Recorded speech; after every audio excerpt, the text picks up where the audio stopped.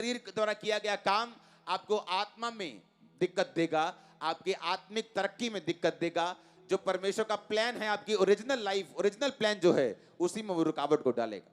अपने पड़ोसी को बोलो, जो कुछ परमेश्वर कहता है उसमें परमेश्वर का नहीं तुम्हारा फायदा है।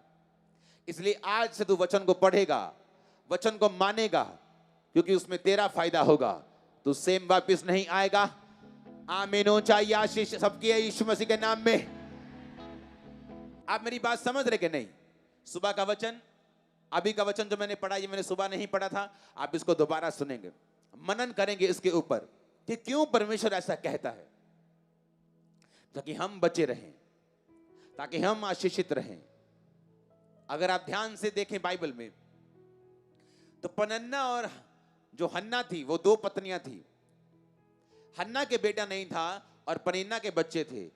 हन्ना इसलिए उदास नहीं थी कि उसके बच्चा नहीं है, इसलिए वो रोटी नहीं खाती थी, इसलिए वो निराश रहती थी, दुखी, इसलिए नहीं।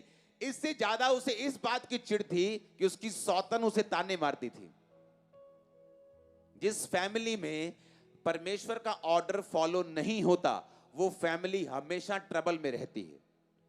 उसको शरीर में मजा आ सकता है 5 मिनट का, लेकिन वो लाइफ टाइम एक सजा है, वो लाइफ टाइम एक ट्रबल है, वो लाइफ टाइम एक दुख है जो इंसान ने खुद मोल लिया है। क्योंकि बाइबल कहती है वो स्त्री के त्याग से घृणा करता है, वो स्त्री के विश्वासघात से घृणा करता है। मैं जानता हूं आपकी लाइफ सेम नहीं रहेगी। मैं जानता हूं बहुत से लोगों की लाइफ जिसे शैतान कुंडी में फंसाने वाला था, आज उसकी कुंडी जल के नाश होगी, वो शर्मिंदा होकर वापस जाएगा। आमीन ऊंचा चाहिए चर्च मेरे को यीशु मसीह के नाम में। हालेलुया। आज से आप एक वायदा करेंगे, जो कुछ आप पढ़ेंगे आज से आप इस मेंटालिटी के साथ पढ़ेंगे, इस सोच के साथ पढ़ेंगे कि जो कुछ मैं पढ़ रहा हूं उसमें मेरा फायदा है। आमीन। जो कुछ मैं पढ़ रहा हूं बाइबल में, मसीही लोग कभी फाइनेंशियली बरकत नहीं पा सकते अगर वो टाइथ को नहीं बोएंगे। तो कभी भी मैंने प्रार्थना करने वाले प्रेयर वॉरियर्स, ब्रोकन, टूटे हुए गरीब, इतने गरीब देखे हैं कि आप बोलेंगे कि ये क्रिश्चियन नहीं हो सकते।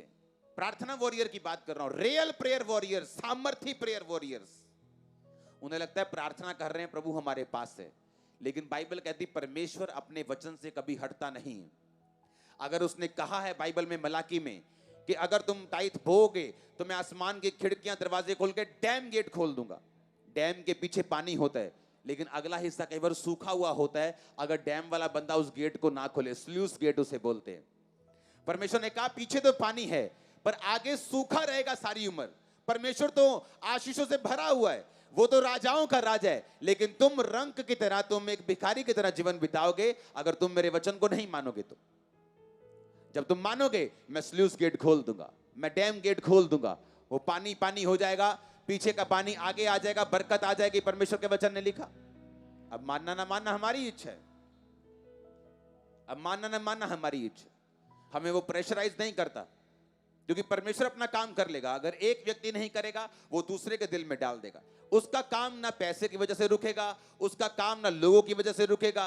हमें ये सोच के चलना है, अगर मुझे प्रिविलेज मिल रहा है सेवा करने का, तो ये मेरा फायदा है, ये मेरा बोझ नहीं है। अगर मैं बोने का प्रिविलेज ले रहा हूं, मौका दे रहा है प्रभु मुझे, तो मेरा प्रिविलेज है, ये मेरा मौका है। अगर मुझे सेवा करने का चांस मिल रहा है, ये मेरा प्रिविलेज है, ये मुझ पे दया है, ये मुझ पे फेवर है, ये मुझ पे बोझ नहीं है। डिलाइटफुली, चेयरफुली, आनंदित होकर जो सेवा करेंगे, उसकी सुरक्षा को देखेंगे ऐसी जो कभी नहीं देखी। आमीन हो चाहिए बरकत तुम्हारी है।